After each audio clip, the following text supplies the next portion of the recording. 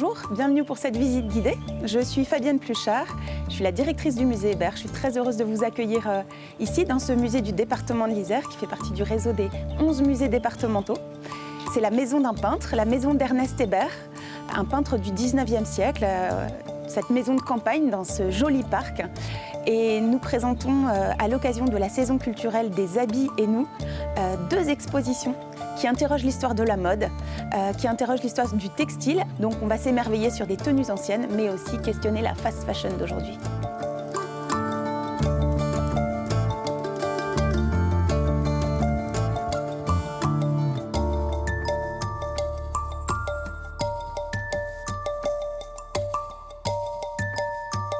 Nous voici dans le hall du musée Hébert pour introduire Chic. Et Chic, ce sont deux expositions présentées dans les salles du musée.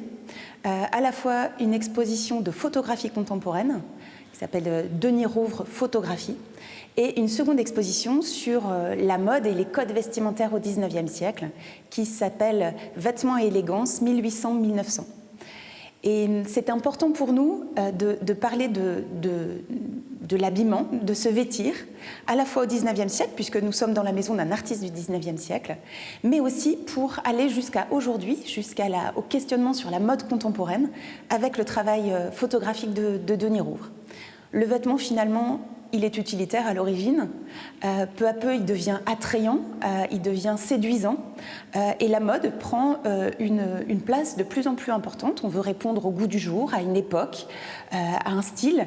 Et il révèle aussi qui on est. Il dévoile qui on est, il dévoile notre milieu social aussi, notamment au 19e siècle. Et il peut être aussi subversif et il peut questionner la société. Il peut interroger, comme on le verra avec les photographies de Denis Rouvre.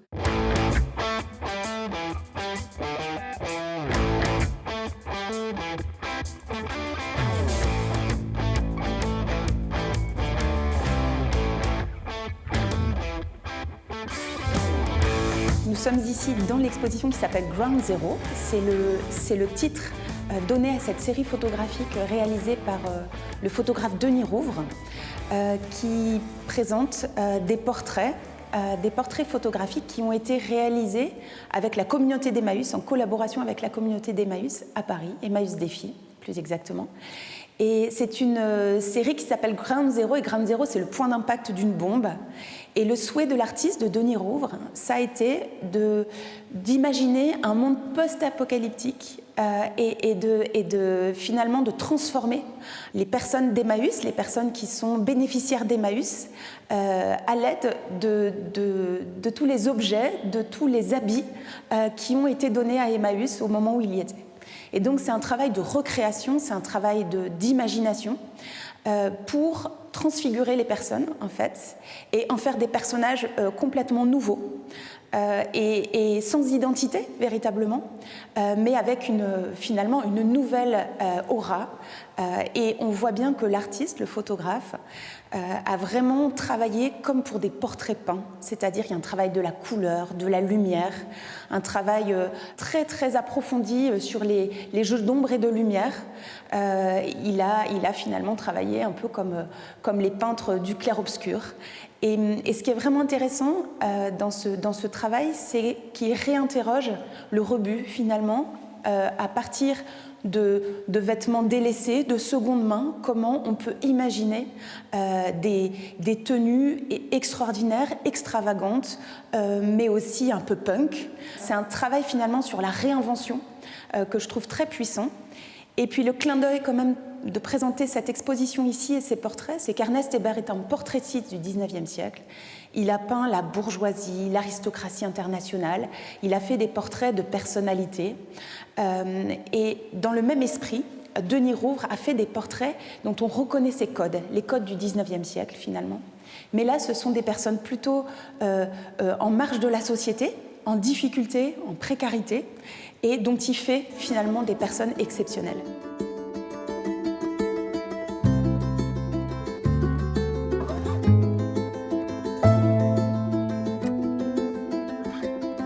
Nous sommes ici dans la maison d'Ernest et Gabrielle Hébert, une maison qui est meublée et que nous avons complètement investi pour évoquer la mode au XIXe siècle. Dans chaque espace du musée, nous avons souhaité présenter différentes thématiques pour comprendre toute cette mode et le lien à la société de cette mode du XIXe siècle. Alors ce qui est amusant, c'est que nous arrivons ici dans un espace dédié au mariage, dans la salle à manger d'Ernest et Gabrielle.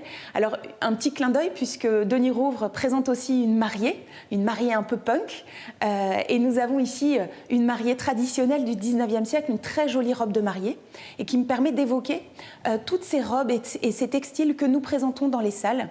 Grâce auprès de la Dame d'Atour, c'est Nathalie Aran, une collectionneuse de textiles anciens, qui nous a fait donc le plaisir de nous prêter des tenues qui font écho dans les espaces à chaque thématique, mais qui résonnent aussi avec le décor, on va dire, puisqu'ici nous avons la salle à manger, la vaisselle de mariage d'Ernest et Gabrielle Hébert, qui se sont mariés dans les années 1880. Donc on peut imaginer que Gabrielle Hébert portait une robe de ce type-là, une très jolie robe en satin crème. On voit que la mariée n'est pas très grande. Et en tout cas, ce qui est important de savoir, c'est qu'on se marie en blanc à partir du XIXe siècle. Et donc ça, c'est déjà quelque chose qui apparaît et qui dure encore aujourd'hui. C'est le mariage en blanc qui était l'hygiène au XVIIIe siècle et qui devient finalement symbole de pureté, de virginité au XIXe siècle.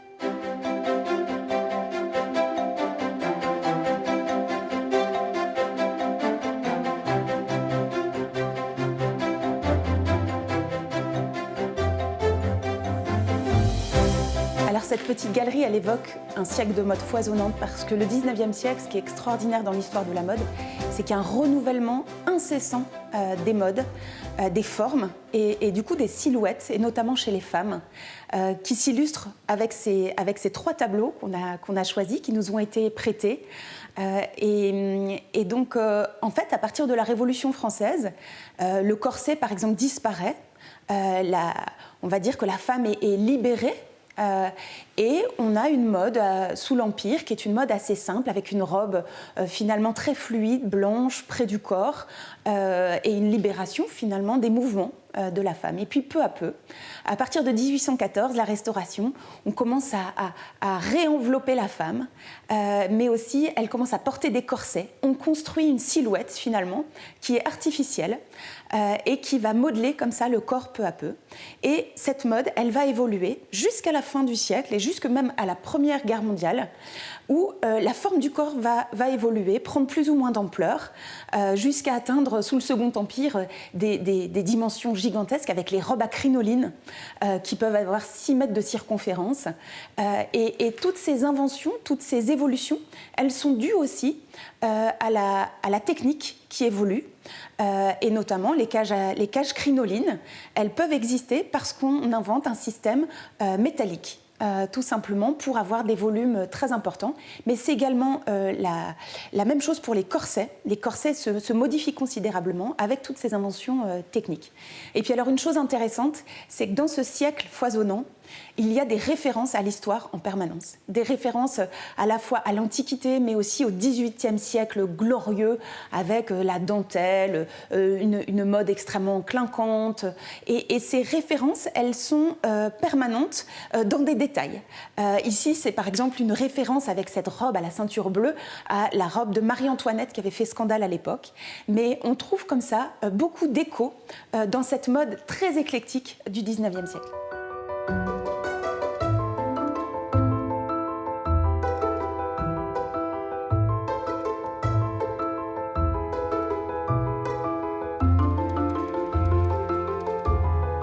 Alors nous avons voulu évoquer dans cette salle finalement l'art de paraître en société, parce que Ernest Hébert vient d'une famille bourgeoise et il a peint la bourgeoisie, il a peint l'aristocratie, et nous semblait intéressant d'évoquer ici cette bonne société, notamment du Second Empire et de la Troisième République, qui vit une époque de croissance économique et qui se finalement révèle à la fois dans les portraits peints, mais aussi dans les vêtements qui sont portés.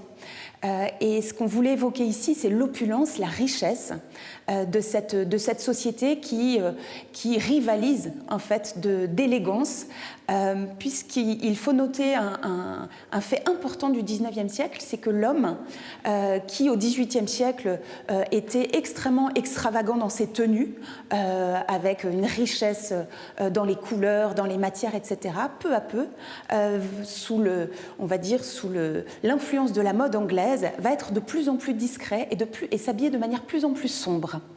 Et il va finalement devenir beaucoup plus élégant, mais extrêmement discret, et celle qui va finalement révéler on va dire la place sociale du couple, c'est la femme. Et donc la femme porte l'identité, la richesse du couple, et elle joue un rôle extrêmement important.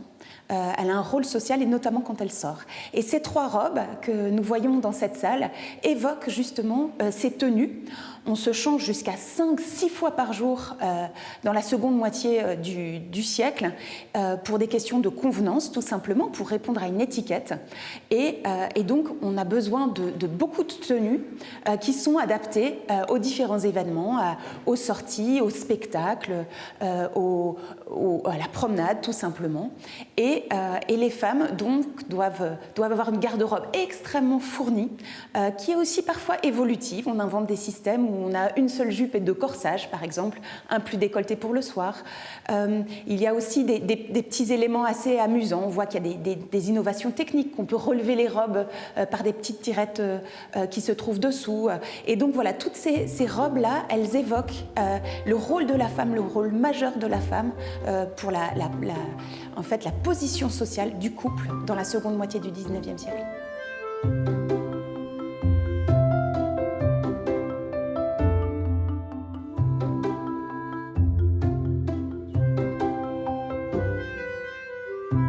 Alors, il y a une très riche programmation culturelle autour de ces 2 expositions du musée Hébert qui vous est proposée avec du cinéma, des conférences, des ateliers, à la fois pour les enfants, les familles, mais aussi pour le public qui a envie d'en savoir plus et de mieux comprendre à la fois l'histoire du XIXe siècle et de la mode, mais aussi le XXe siècle et la photo contemporaine.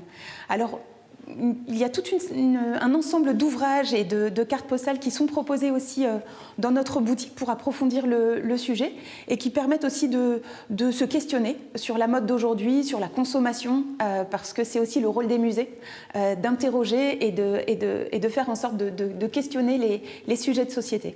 Je vous remercie d'avoir suivi cette visite guidée, d'avoir eu cet aperçu avec nous de 2 expositions qui sont proposées au musée Hébert. Je vous rappelle que le musée Hébert fait partie du réseau des 11 musées du département et que vous pouvez retrouver toutes les informations sur le site musée.isère.fr.